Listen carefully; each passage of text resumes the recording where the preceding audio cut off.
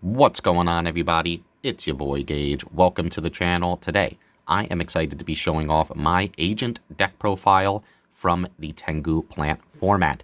This was an era in Yu-Gi-Oh's history, all the way back in 2011, in which we were essentially at the start of the Xyz era.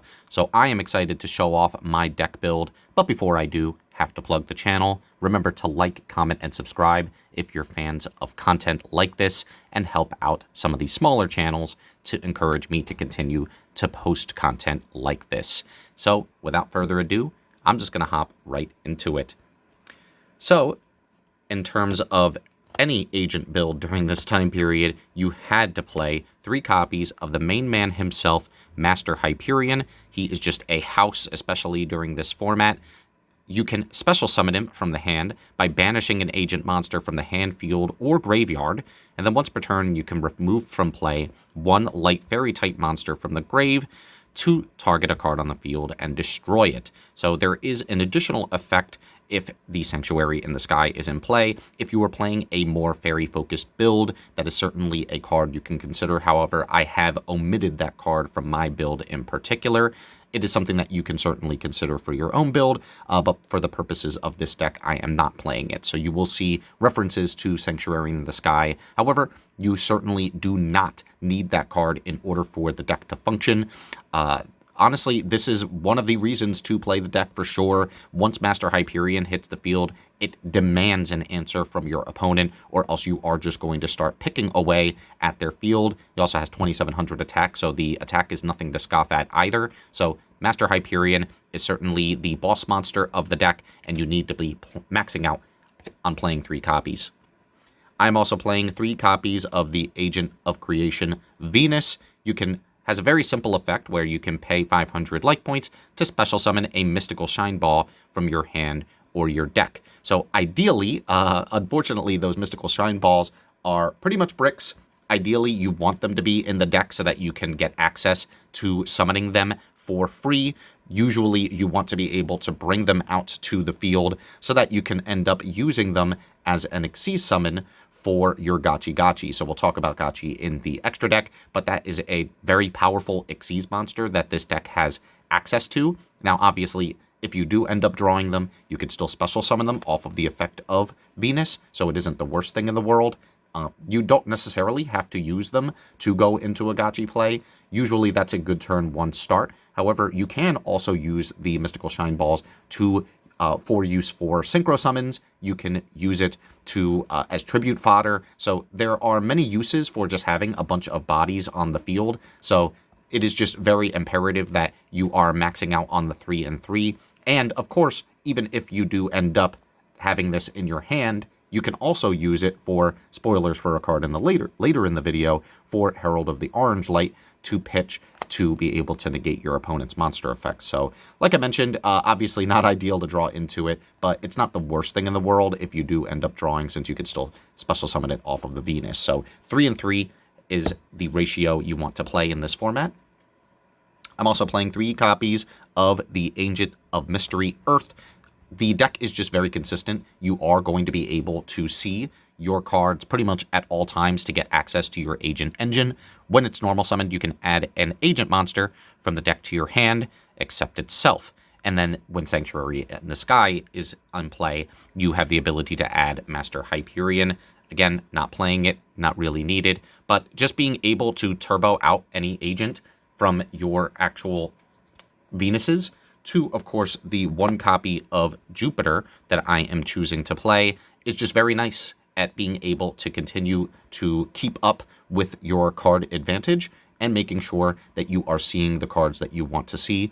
To go over Jupiter very quickly, once per turn you can banish an agent from the grave to select a face-up light fairy monster that you control, and it gains 800 attack until the end of the turn. So yeah, just a very solid card to be able to grab in the event that you already have access to your Venus. So 3 copies of Earth and the 1 Jupiter are the other agent monsters that I am choosing to play.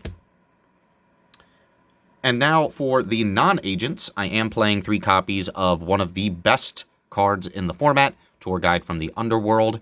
When it's normal summoned, special summon a level 3 Fiend monster from your hand or deck.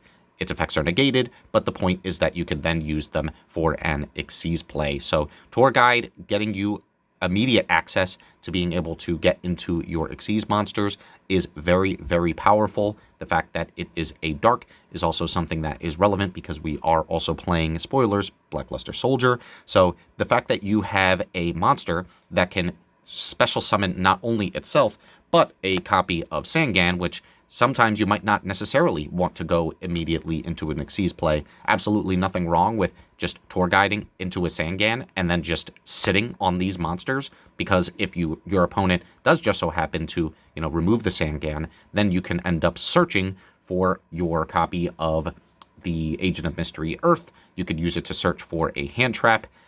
So yeah, this is just a very solid card because of the fact that it is a dark that you can use for Blackluster Soldier, and the fact that you can use it to go into some alternate Xyz plays. And some tech cards. I am playing the one copy of Honest. I mean, we are playing a light-based deck, so it just kind of makes sense for us to be able to at least play the one copy. I am playing Gen X Ally Birdman as a tuner to be able to help me to get into different types of synchro monsters. It's nice because of the fact that you can return a face-up monster you control to the hand to special summon this card from the hand. It gains attack, but that's relevant because you really just want to be able to make sure that you can get it onto the field so that you can use it for synchro summons. As I alluded to earlier, we are also playing the House Blackluster Soldier. Iconic card, banish a light in the dark from the grave to special summon it, and then you could either target a monster on the field and banish it, or if you destroy a monster by battle, you can make a second attack. So the fact that you are playing so many lights and darks, you're going to be filling your graveyard relatively easily, and you want to be able to ensure that your deck has access to as many bombs, as many power plays as possible to allow you to stay in the game. And this is one of the reasons why I think that the agent strategy is just one of the most powerful, because you have access to being able to play cards like this. On top of that, you also have the ability to play Caius. You are spitting out a lot of different monsters, and a lot of the times you might not necessarily have the best uses for those monsters, so there's absolutely nothing wrong with tributing a Shine Ball for Caius, banishing a card that your opponent controls. If it's a dark monster, you inflict 1,000 damage, so overall, Caius remains, from Edison format, just a very strong staple monster, even in Tengu Plant, and that is why I play the one copy. And of course, we are playing some of the battle traps in Gores and Trag, just being able to special summon these to be able to make sure that you are staving off your opponent's attacks. You always want to make your opponent second guess whether they should be attacking you directly, because you may have access to Gores or Trag. The fact that these monsters are dark also is relevant for the Blackluster Soldier. And of course, this is the advent of hand traps, so we are playing 3 copies of Effect Veiler, just a solid light monster that during your opponent's main phase quick effect, you can go ahead and target a monster they control and negate its effects. It is also a tuner, so there are going to be instances in which maybe you want to be able to normal summon this in tandem with one of your other monsters to go for some synchro plays. So there are multiple uses for the Veiler, whether it's a light that you could banish off of the Blackluster Soldier. There are many different uses, as I mentioned. It's searchable off of the Sangan, so there's no reason why you shouldn't be playing 3 copies of Effect Veiler. And one of the reasons why I think this deck is the best in the format is because it essentially has an in-archetype hand trap in Herald of the Orange Light. As I mentioned earlier, this is one of the ways in which you can also negate your opponent's effect, because when your opponent activates a monster effect, quick effect, you could send this card and one other fairy from your hand to the grave, which all of your agents are, to negate the activation, and if you do, destroy it. This is just insane that this deck has the Herald of the Orange Light at its disposal. Your opponent will always be, again, afraid to activate their monster effects at the chance that they might end up walking into a Herald. So yeah, I personally think that you should be playing 3 copies of this, especially if you are playing an agent deck. And for the last hand trap, I am playing 3 copies of Maxi. Now, to be fair, this is a card that is still very solid, right? There's no denying that being able to use this during your turn or your opponent's turn to make it so that if your opponent special summons a monster, you draw for every time they summon. Still solid even in this format, but it is nowhere near as game-breaking as it is in the modern era of the card game, because you aren't always going to be special summoning a ton of monsters, especially this early in the Xyz era. Yeah, there's going to be some times where you might just be able to get a single draw off of your opponent special summoning a monster, or just going into an Xyz play or synchro play, but just getting one draw, that isn't always going to be the end of the world. So your opponent can play around this. It's not as if you have the worry of getting immediately OTK'd in a slower format like Tengu Plant. So I still want to ensure that I have access to Max C, just because of the fact that there are, I want to be able to make it so that my opponent's plays are suboptimal. And that's really the thought process. It's not necessarily the card advantage that it would give me, because, like I mentioned, there are going to be many times where your opponent could just play around it. But I do want my opponent to be worried about giving me too many cards, because in the agent deck, if you are giving me a lot of cards, then that usually is not a good sign, because the more card advantage I have, the more chances I have in drawing into things like the Herald of the Orange Light, my effect veilers, things of that nature, and you certainly do not want to give this deck any more card advantage than we have access to. So yeah, 3 copies of Max C. It isn't relevant against every single deck, so this is certainly a card that you can swap out for other tech cards. So yeah, but I just choose to play 3 copies for sure. And now for some of the spells, I am playing 1 copy of Mind Control, just super solid. Target a monster your opponent controls until the end phase. Take control of it. It cannot declare an attack or be tributed. So a lot of the times you could just use it, the monster that you take, to end up going into an Xyz or a Synchro play. I'm playing 1 copy of Mystical Space Typhoon. You definitely don't want to get caught with your pants down, just running into a Solemn or things of that nature. So this can be really good at just, in instances in which you just need to shotgun the MST to make sure that your opponent is not establishing a power trap on their end, or just being able to remove a floodgate. Mystical Space Typhoon is just a solid card to have. Book of Moon is also another tech card that I am playing. Just another card that I could use to be able to disrupt my opponent. So if I see that they are trying to go for an Xyz play, and I have this set on my turn, I can activate this to prevent them from being able to use one of their monsters to overlay into an Xyz monster, or even use as synchro material. There are a lot of times where you can just feel the play of the game and know what your opponent is trying to do. If you see that your opponent has a monster with another tuner out, you can pretty much assume that they're going to try and go for a synchro summon. So you could go ahead and use Book of Moon to prevent that from happening. And of course, you could use this if they already have an established monster to be able to just put it in face down defense position and not have to worry about it. So yeah, Book of Moon is just a solid card to have all around.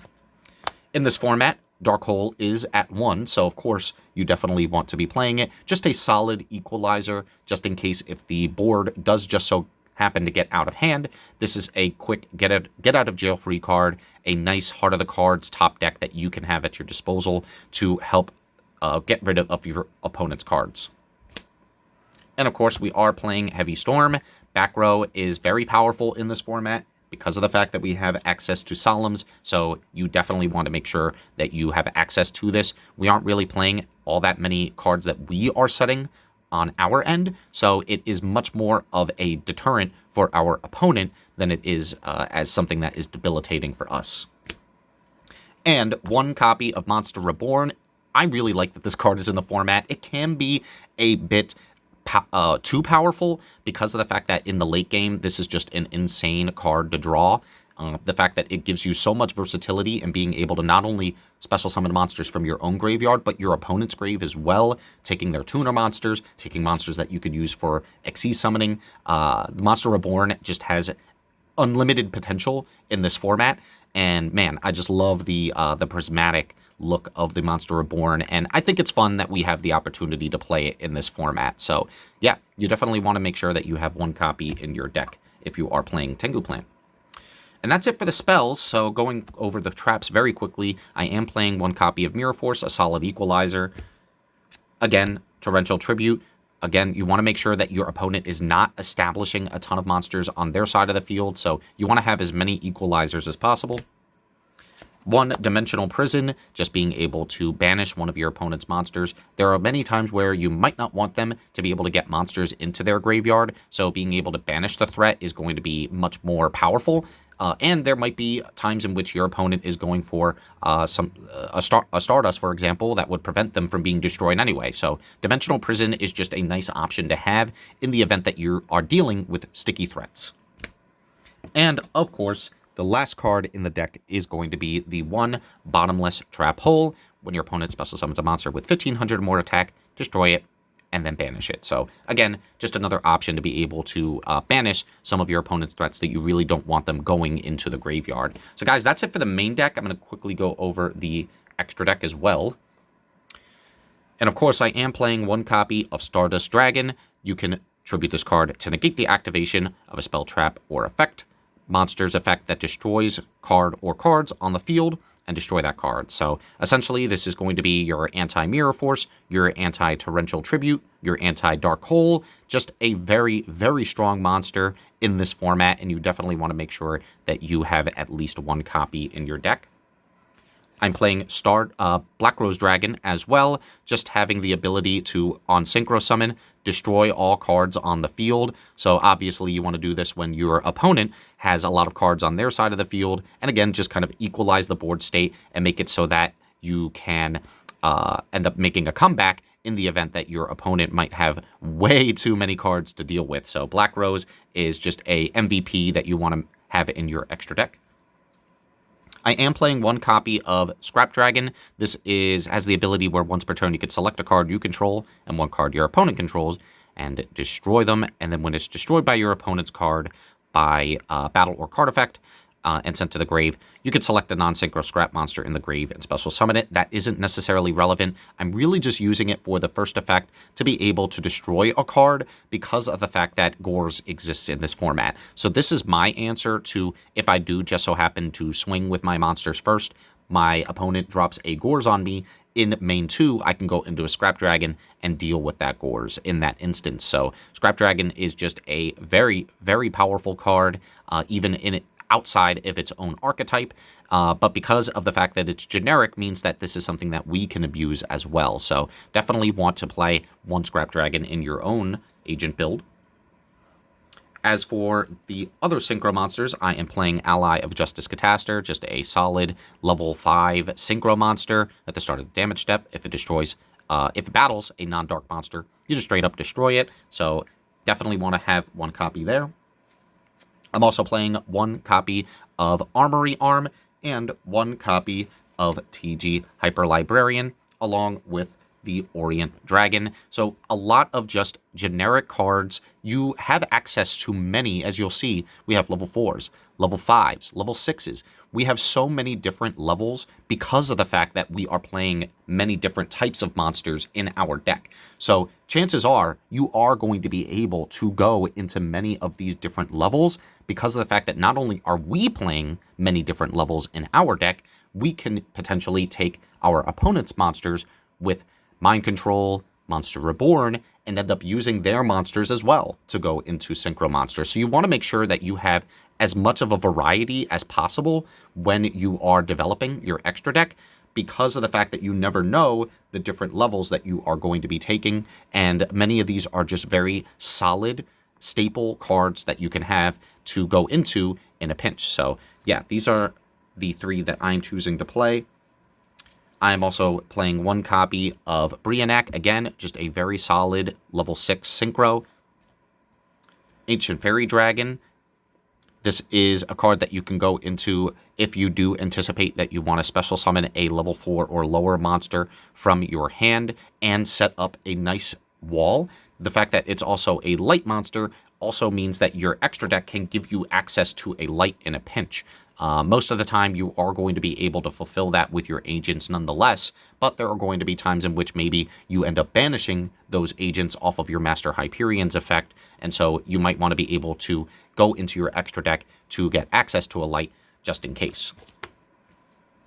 And of course, one of the boss monsters of this format, the one card that is certainly a game changer in Tengu plant format, and that is Trishula, Dragon of the Ice Barrier. When this card is synchro summoned, you can banish up to one card each from your opponent's hand, field, and grave, and you do not necessarily have to meet all of those requirements. It's not mandatory for your opponent to control monsters in each of those areas. For example, if you are only able to banish a card from your opponent's hand, you can still go into Trishula to go ahead and do so. Obviously, maximum value is in being able to banish something in the field, grave, and in their hand, but you can still go into it even if they only have one of those cards in one of those areas. So yeah, Trishula is just fantastic. This is one of the first formats in which you had the ability to play Trishula, so you definitely want to make sure you have this in your extra deck if you are playing in Tengu Plan. And now for the Xyz monsters, I am playing 2 copies of number 17 Leviathan Dragon, just a solid rank 3 that you could use to go into from your tour guides and your Sangan. Once per turn, you can detach a material. It gains 500 attack. If it has no Xyz material, it can't attack directly. So really, you just want to make sure that you have the ability to go into a strong monster that you could use to get over your opponent's threats. So I am playing 2 copies of it. I am playing 1 copy of number 39 Utopia, just a solid rank 4. When a monster declares an attack, detach a material, negate the attack. And if this card is targeted for an attack while it has no material, you just straight up destroy it. So usually you want to make sure that you are establishing this so that if you have a solid board already in play, you can then put a Utopia on top of that board to essentially prevent your opponent from being able to attack into your monsters, because you do not. It's not as if your opponent has to attack into the Utopia. This can prevent your opponent from attacking into other monsters too. So yeah, Utopia is just a very solid card. Again, this is the beginning of the Xyz era, so we don't have too many crazy Xyz monsters to go into at this time, but I kind of like that. The power of the format is still relatively low because of the fact that, yeah, we get Xyz monsters, but none of them are particularly insane. And then, of course, we are playing the Leviair, the Sea Dragon. Again, just another level 3 that is just solid to have if you just so happen to go for a tour guide play. Once per turn, you can detach an Xyz material to target a banished level 4 lower monster and special summon that target to your field. So this allows you to recur some of the weaker agents that you might be banishing off of your Master Hyperion, or maybe you ended up losing a smaller monster to a deep prison or things of that nature. So yeah, Leviair is just good at recursion, so you want to make sure that you have 1 copy. And the last card I'm playing is Gachi Gachi Gentetsu. This is the reason why we want to play the Mystical Shine Balls, because of the fact that if this card would be destroyed, you could detach a material instead. So, and then of course, face-up monsters you control gain 200 attack and defense for each Xyz material attached to this. So this is buffing all of your cards on the field, including itself, and it is just really sticky, so that if your opponent does just so happen to, for example, dark hole the field, you do at least get a consolation prize in keeping your Gachi Gachi Gentetsu. And then, of course, I have the 1 Gorz token. So, guys, that is it for the deck profile. If you're still around up until this point, you are a real one. I really appreciate you sticking around to take a look at my take on the Agent deck in this format. Again, I'm not really reinventing the wheel here. This is a lot of these cards are pretty standard for the build. There are going to be some tech cards that you would consider. For example, in my side deck, I do have access to things like Cyber Dragon and the Chimera Tech if you just so happen to be playing against machine-based builds. You want to make sure that you have those cards. But there are so many other different types of utility cards you could be playing, from things like Smashing Ground to prevent yourself from getting OTK'd. I'm playing, personally, Battle Fader. Of course, we have the OG hand trap in DD Crow as well, especially against Tengu Plant. You want to make sure that you are getting rid of their spores. You want to make sure you're getting rid of their glow-up bulbs. There are many different targets in this format where DD Crow is relevant, so I like having this as a side deck option. Because we're not playing too many traps ourselves, you can afford to play Royal Decree. As I mentioned, trap cards, we have a lot of very powerful ones in this format, so being able to just deny your opponent of that and just controlling the game with your monsters can be very, very game-breaking.